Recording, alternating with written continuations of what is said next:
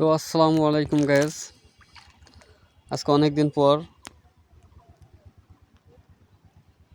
চকে আসলাম। তো যেসব জমিতে অনেক আগে পাট কেটে নিয়ে গেছে সেই সব জমিতে ধান গাছ অনেক বড় হয়েছিল। তো আজকে হঠাৎ দেখি কিছু ভুঁইর ধান পানির নিচে চলে গেছে, যেরকম একটা আছে ভাসা, আর যে একটা আছে পুরো চলে গেছে, ওটা ওখানে ধান দেখা যায় না। ওই দূরেও একটা আছে জমিতে দেখাচ্ছে, ওটাও চলিয়ে গেছে। তো এখন দেখো আমি তো এখনো পাট কাটি নেই, যেহেতু আমার ধান কি তলিয়ে গেছে কি না আছে আমি আজকে দেখবো সেটা।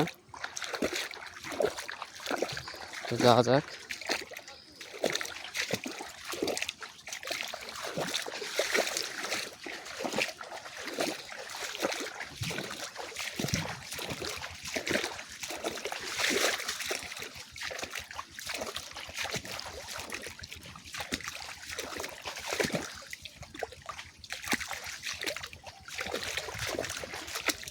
এই যে একটা জমি আমার পাশেই, এটা অনেক আগে ধান কেটে নিয়ে গেছিলো, পাট কেটে নিয়ে গেছিলো। তো এখনো এটা তলায় নাই, এখানে ঘাস ধান দেখা যাচ্ছে, ভালোই ধান আছে। ওই পাশে একটা আছে।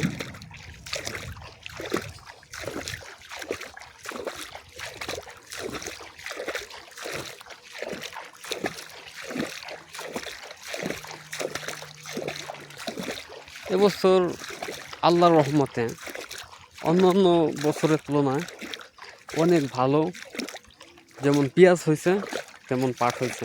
পাট তো আল্লাহর রহমতে অনেক ভালো হয়েছে, কিন্তু দেখেন কিছুদিন আগেও অনেক আকাশটাই ছিল, সুস্থ ছিল, এবং কি আপনার কোনো ছিল না, বৃষ্টি বাদল ছিল না, শুকনো ছিল, রাস্তাঘাট সব পরিষ্কার ছিল।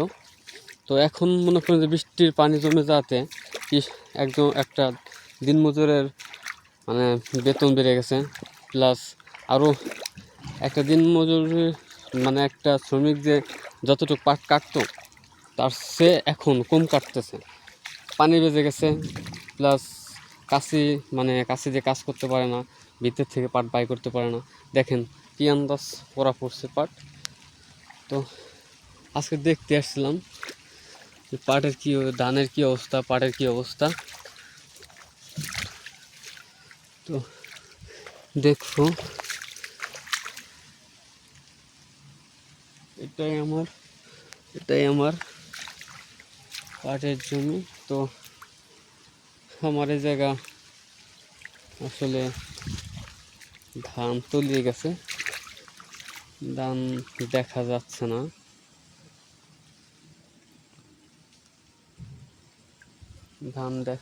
না। কি পড়াটা পড়ছে, কি করার।